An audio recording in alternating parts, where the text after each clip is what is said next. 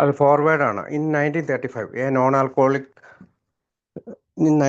a non-drinking alcoholic stockbroker from the New York convinced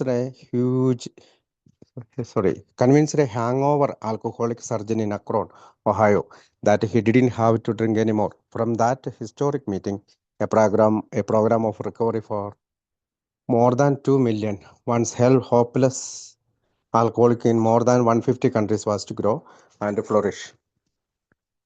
To encourage, inspire, and stay in touch with this growing and far-flung fellowship, which called itself Alcoholics Anonymous, co-founder Bill W. turned to the Grapevine, a magazine created in New York in 1944 by Six Inc.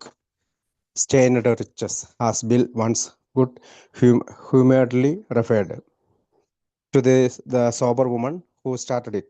Born to immediate and widespread acceptance to the new publication became the International Monthly Journal of Alcoholics Anonymous. An energetic and prolific writer, Bill W. authored nearly 150 articles in the Grapevine. In its pages, he chronicled the events of AS, pioneers, years, and out of that early arduous process of trial and error, he derived the principles that would unite and sustain this extraordinary fellowship, ranging over a wide variety of topics from the basic principles of AA steps and traditions to the personal search for emotional sobriety. Bill's words hold meaning not only for AA members but for anyone on a spiritual course.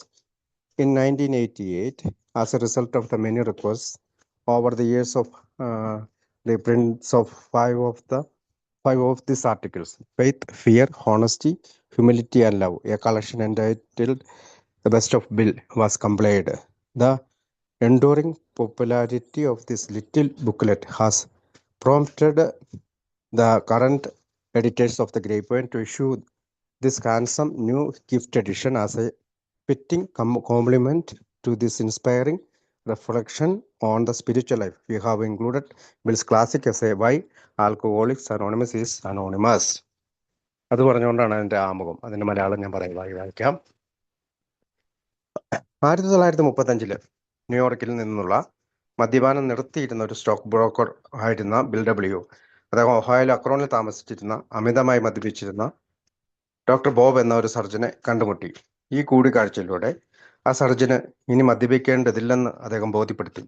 ആ ചരിത്ര പ്രസിദ്ധമായ കൂടിക്കാഴ്ചയിൽ നിന്ന് ഒരിക്കൽ പ്രതീക്ഷയില്ലാത്തവരായി കരുതപ്പെട്ടിരുന്ന 20 ലക്ഷത്തിലധികം മദ്യാസക്തർക്ക് 150-ലധികം രാജ്യങ്ങളിൽ വീണ്ടെടുപ്പിന്റെ ഒരു പരിപാടി വളരുകയും വികസിക്കുകയും ചെയ്തു.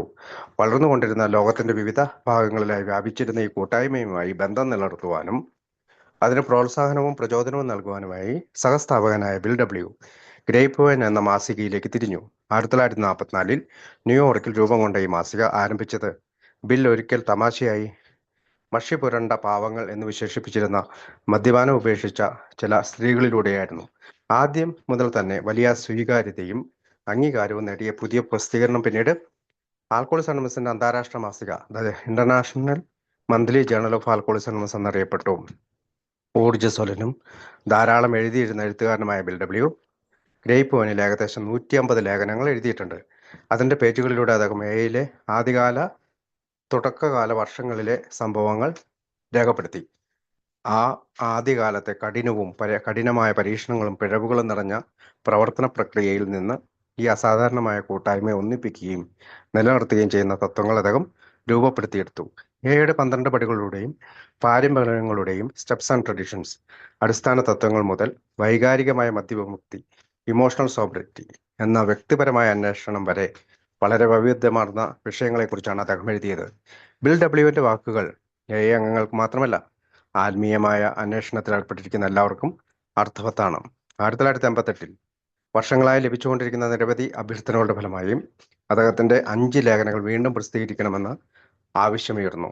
ആ 5 ലേഖനങ്ങൾ ഫെയ്ത്ത് വിശ്വാസം, ഫിയർ ഭയം, ഹോണസ്റ്റി സത്യസന്ധത, ഹ്യൂമിലിറ്റി വിനയം, ലവ് സ്നേഹം, ഇവയെല്ലാം ചേർന്ന് ദ ബെസ്റ്റ് ഓഫ് ബിൽ എന്ന പേരിൽ ഒരു സമാഹാരം തയ്യാറാക്കി. ഈ ചെറിയ പുസ്തകത്തിന് കാലക്രമേണ ലഭിച്ചുകൊണ്ടിരിക്കുന്ന നിലനിൽക്കുന്ന ജനപ്രീതി ഗ്രേപ്പ് പോയിന്റ് ഇപ്പോഴത്തെ എഡിറ്റർമാരെ ഈ മനോഹരമായ പുതിയ സമ്മാന പതിപ്പ് പ്രസിദ്ധീകരിക്കാൻ പ്രേരിപ്പിച്ചു.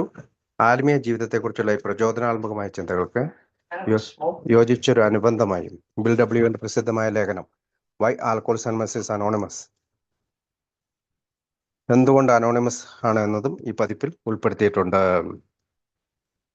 നമുക്കടുത്തത് ഒരു മിനിറ്റ്.